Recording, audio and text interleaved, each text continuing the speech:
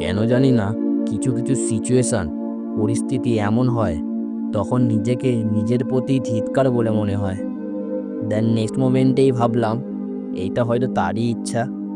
তার কৃপা ছাড়া তাকে দেখা ছোঁয়া কি সম্ভব? হলো না। হলো না এইবারের মতো প্রেম মন্দিরে রাধা গোবিন্দ দর্শনের সুযোগ। বাইরে দাঁড়িয়েই মন্দিরকে এক নাগাড়ে তাকিয়েছিলাম। তার রূপটুকু জাস্ট কল্পনা করলাম, আর একা একা দাঁড়িয়ে নিজের সঙ্গে নিজেকে কথা দিলাম। হয়তো সেও শুনেছে। বললাম, আমি জিদ্দি, কথা দিয়ে এলাম বাবাকে, নেক্সট টাইম আবার আসবো তার দরবারে খুব শীঘ্রই। দেখি কতদিন সে নিজেকে দেখানোই থাকতে পারে। এটা একটা ভক্তের তার ভগবানের প্রতি পূর্ণ সমর্পিত হওয়ার লড়াই, যা চলতে থাকবে। মর্নিং গাইস, আজকে হচ্ছে ডে 2 মথুরাতে। আজকে সব রেডি, সকাল দিয়ে লিটারেলি একটু শরীরটা কালকে টায়ার্ড হয়ে গেছিলো বলে রেস্ট করি, সকাল থেকে কোনো ব্লগ করিনি। বাট ফাইনালি এখন বাজে 9:48। পুরো আমার আউটফিট রেডি হয়ে গেছি, সব রেডি, সব এখন গাড়ি এসে গেছে, তো গাড়িতে করে উঠবো। আমরা বেরোবো এখন বৃন্দাবনে গিয়ে আর লাস্ট ডে হচ্ছে আমাদের মথুরা, কারণ কালকে বেরিয়ে যাবো আমরা। কোন কোন জায়গা দেখার সব জায়গা দেখাবো তোমাদেরকে যতটা দেখাতে পারি। দেন প্রেম মন্দিরে যাবো, ওখানে গিয়ে দেখা হচ্ছে, সঙ্গে থাকো, চলো। তো আমাদের গাড়ি এসে গেছে, এই গাড়িটা মনে হয় আমাদের, কারণ মা বৌদি পিসিরা আছে। এই গাড়িটা, সামনে একটা গাড়ি আর ওই একটা গাড়ি।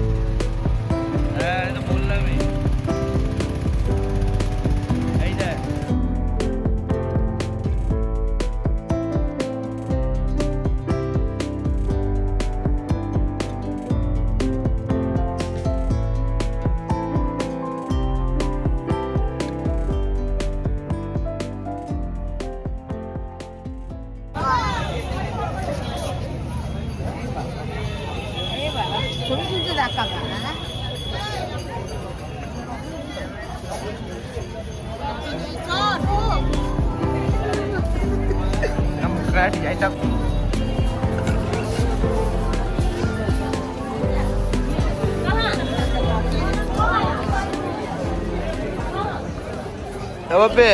আমরা কোথায় এসেছি? কৃষ্ণার বাড়ি। আর কৃষ্ণা কে? ও ঠাকুর।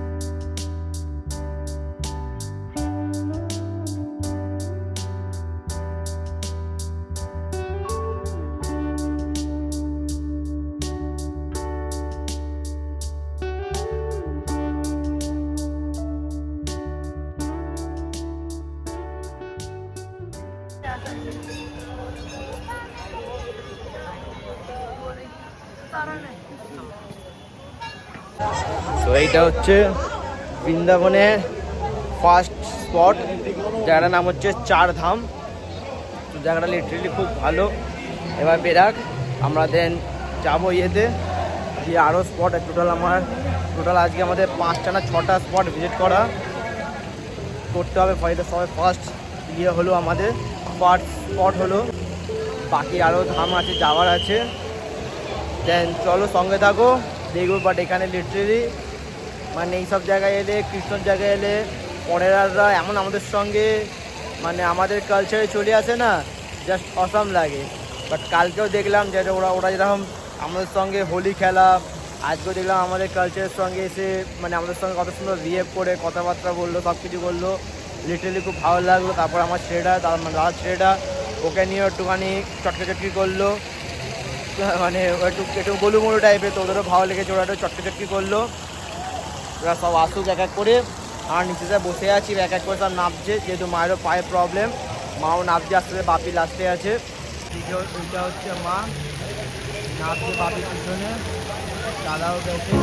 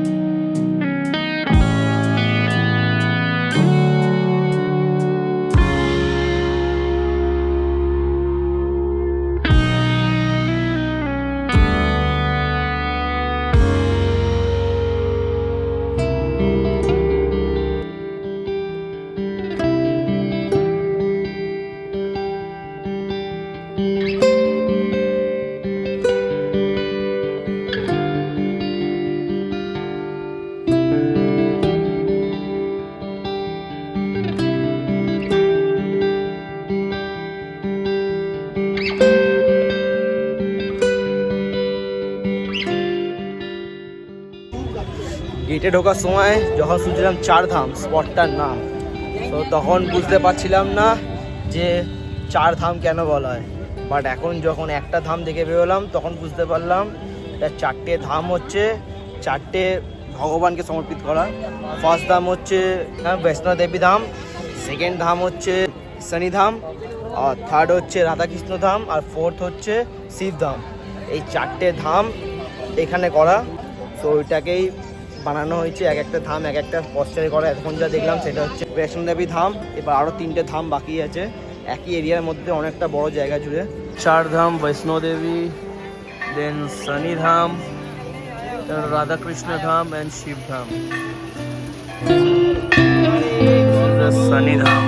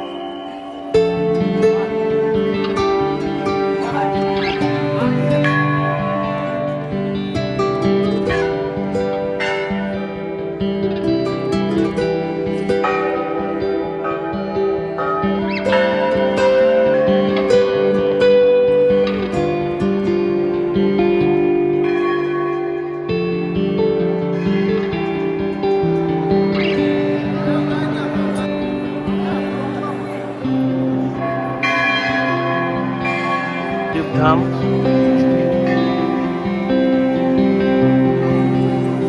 তো আমরা এখন এর ভেতরে যাব।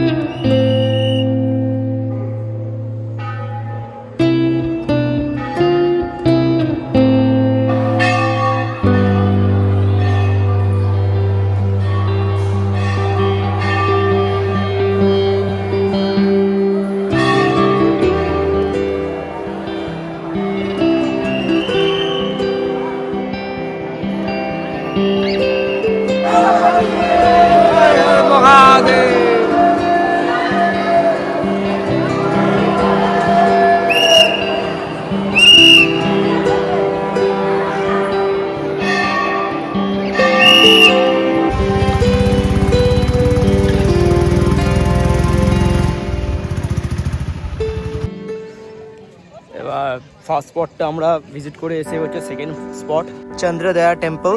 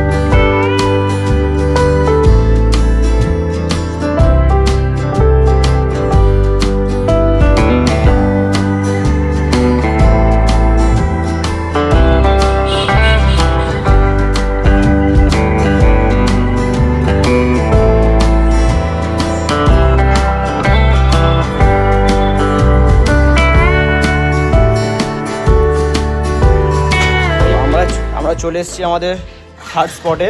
এটা হচ্ছে, এর নামটা কি, নিধিবন না? সো এটা হচ্ছে নিধিবন।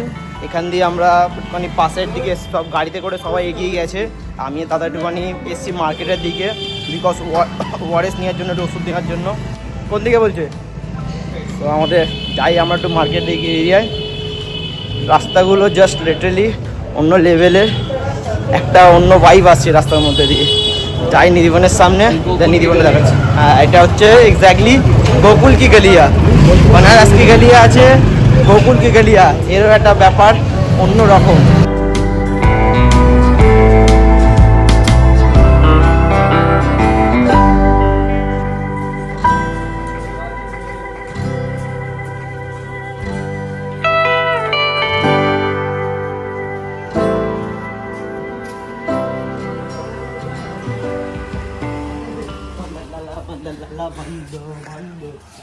এরা ফোন করার জন্য বসেই আছে। চলো নিধিবনের সামনে যাই, দেন নিধিবনটা কেমন সেটা দেখাই। চলো।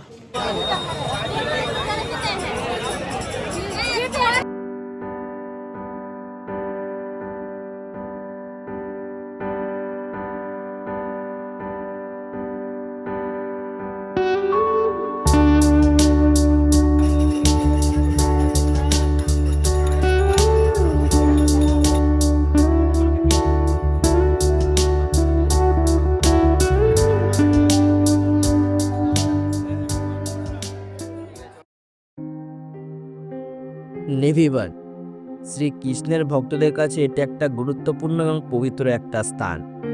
মান্যতাই আছে এই স্থানে শ্রীকৃষ্ণ তার গোপীদের সঙ্গে এখনও রাসলীলা করে। এই মন্দিরে জড়িয়ে থাকা গাছ ডালপালাগুলো নাকি সন্ধ্যার পরে গোপীতে রূপান্তরিত হয়। এখানকার লোকালসদের দাবি, তারা সন্ধ্যার পরে মন্দিরের ভিতর থেকে পায়ের ঘুঙুরের শব্দ শুনতে পান। তাই প্রত্যেক দিন সন্ধ্যা আরতির পরে মন্দিরের বাইরের মেন গেট বন্ধ করে দেওয়া হয়। তখন মন্দিরের ভিতরে সবারই প্রবেশ নিষিদ্ধ। এখানকার পুরোহিতরা শ্রীকৃষ্ণকে সন্তুষ্ট করার জন্য সন্ধ্যার পরে মন্দিরের ভিতরে শাড়ি, পান, মিষ্টি, ছুরি ইত্যাদি রেখে যান। সকালে মন্দিরে গেট খোলার পর এই সবই অগোছল অবস্থায় পাওয়া যায়। আর এটা হলো রংমহল। রাসলীলার পরে রাধাকৃষ্ণ এই স্থানেই বিশ্রাম নেয়। সব তারই লীলা, কে জানে তার মায়ার রূপ কত দূর। আমরা তো জাস্ট কল্পনাটুকু করতে পারি। সে যে তার অস্তিত্ব রেখে গেছেন, তিনি যে জীবিত তা তুমি পদে পদে টের পাবে। মনে হবে তিনি আশেপাশেই আছেন। ভক্তদের ভক্তি, ভালোবাসা, তাদের বিশ্বাস তা তোমাকে পদে পদে টের পাইয়ে দেবে।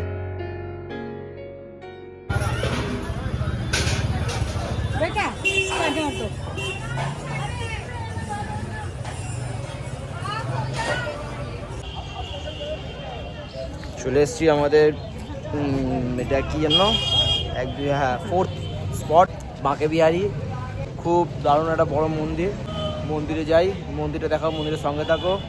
আর লিটারেলি যা গরম এখানে, আমার জাস্ট মুখে র্যাশ বেরিয়ে গেছে, বাট তাও ঘোরা দরকার, ঘুরবো আমরা। একজন আসছে অভিনবদা, দেন সবাই এগিয়ে গেছে। মানে এখানে বাঁদরের এত, মাংকিদের এত উপদ্রব, জাস্ট চশমা পরে থেকে মানে আমি হিসাব মতো আমার সানলাইট যখন চোখে পড়ে আমি বলি আমাকে সান কিস দিচ্ছে। আমি চোখটা তাকাতে পারি না, আমার ওই জন্য চোখটা পুরো বন্ধ হয়ে থাকে। তো আসুক, দেন যাই। হয়তো আমরা খালি ফোনটা সামনে রেখেছি, বাকি ফোন টোন সব মানে ছিঁড়ে নেওয়ার ভয় আছে। তো চলো বাকি বিয়েটা দেখাবো, বাকি বিয়েটা কেমন। চলো।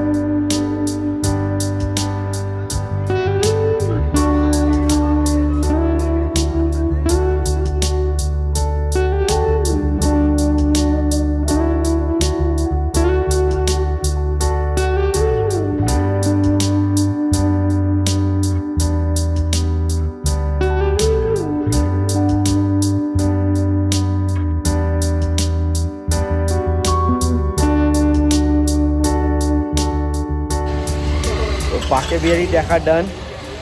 কিন্তু ভাই এখানে একটা জিনিস বহুত, এখানে বাঁদরের উৎপাত, মাংকির উৎপাত এত বেশি, মানে একটা আওয়াজ পেলেও ফোন বের করতে খুব ভয় লাগছে। কারণ আমাদের গ্রুপের মধ্যে দুজনে ফোন নিয়ে নিয়েছে, বাট ফোন পাওয়া গেছে। দেন কী বলে, একজন অমিত দা বলে আছে, ওর চশমা নিয়ে নিয়েছিল, পাওয়া গেছে। বাট ওদের দেওয়ার টেকনিক ভিডিওটা আমি দেবো, ভিডিওটা নিয়েছি আমি।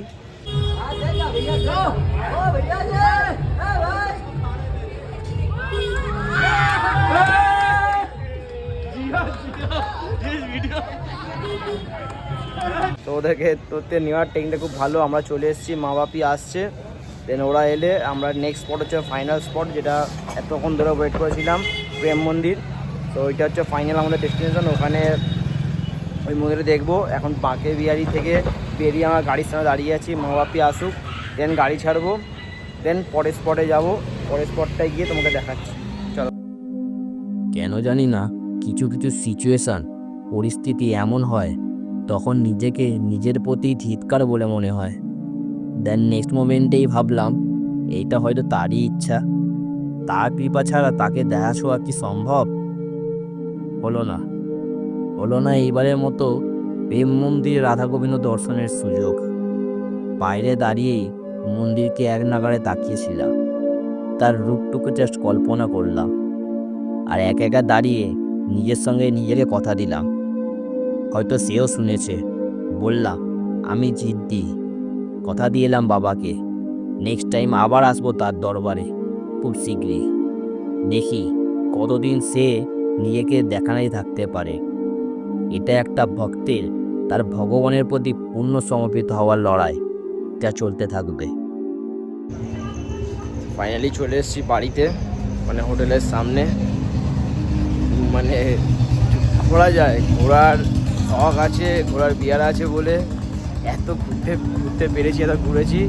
লিটারালি বলতে গেলে পুরো শরীর হাত তা পুরো ব্যথা। কারণ আমাদের গ্রুপের মধ্যে প্রচুর এজেড লোক ছিল, তো ওদেরকে সামলাতেই ব্যাড লাক আমরা প্রেম মন্দিরটা দেখতে পারিনি। কারণ প্রেম মন্দিরে ঠিক জাস্ট আমার ঠাকমা ছিল, ঠাকমারও প্রবলেম আছে পায়ের, ঠাকমাকে নিয়ে আমি আস্তে আস্তে এগোতে যে গেটের সামনে এসেছি প্রেম মন্দিরের সামনে, তখন প্রেম মন্দিরটা অলরেডি বন্ধ করে দিয়েছে। আর নিয়ম হচ্ছে ভিতরে মেন রাধা গোবিন্দ যখন মেন গেট বন্ধ হবে, তারপরে আস্তে আস্তে এন্ট্রি গেট, যে বাইরের যে গেট, এন্ট্রি এক্সিটের গেট, ওটা আস্তে আস্তে বন্ধ হয়। জানতাম না।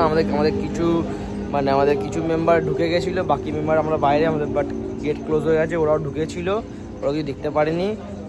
বাট বোন গেছিলো, বোনকে দিয়ে ভিতরে কিছু ফুটেজ নিয়েছি। আর আমি ঘরে চলে এসেছি, দাদা বৌদিরা এখন বাইরে আছে, দুটো গাড়ি আসা বাকি, আমাদের গাড়িটা চলে এসছে। এখন যা একটু ওষুধ কিনবো, কারণ শরীরটা একটুখানি ঠিক নেই, ছেলেরও ঠান্ডা লেগেছে। 2-3টে ওষুধ কিনবো, ওষুধটা কিনে আর ঘরে যাই রেস্ট করবো। আর ব্লগটা কন্টিনিউ করবো না, কারণ শরীরে কিছু আর জান নেই। আর কালকে মর্নিংয়েই বেরোবো, ট্রেন আছে। রাধে গোবিন্দ রাধে ট্রিপ আজকে শেষ। কালকে হচ্ছে ভৈরবে, চন্দ্রচূড় ভৈরব, শিবের জায়গায় যাবো হরিদ্বার। দেন কালকে কথা হচ্ছে। ওকে, বাই।